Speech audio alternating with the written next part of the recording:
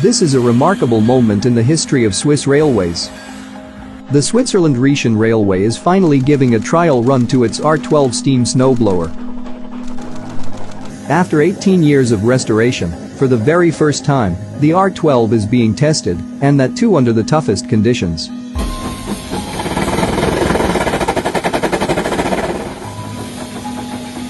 This Swiss locomotive was originally built in 1913 by Machine Works. The R12 is a non-self-propelled blower, which was used to clear snow from the railway lines.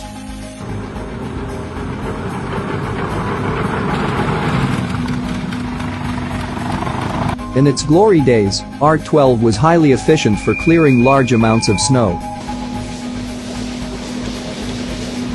which often got onto the tracks due to heavy snowfalls, snow drifts, or avalanches.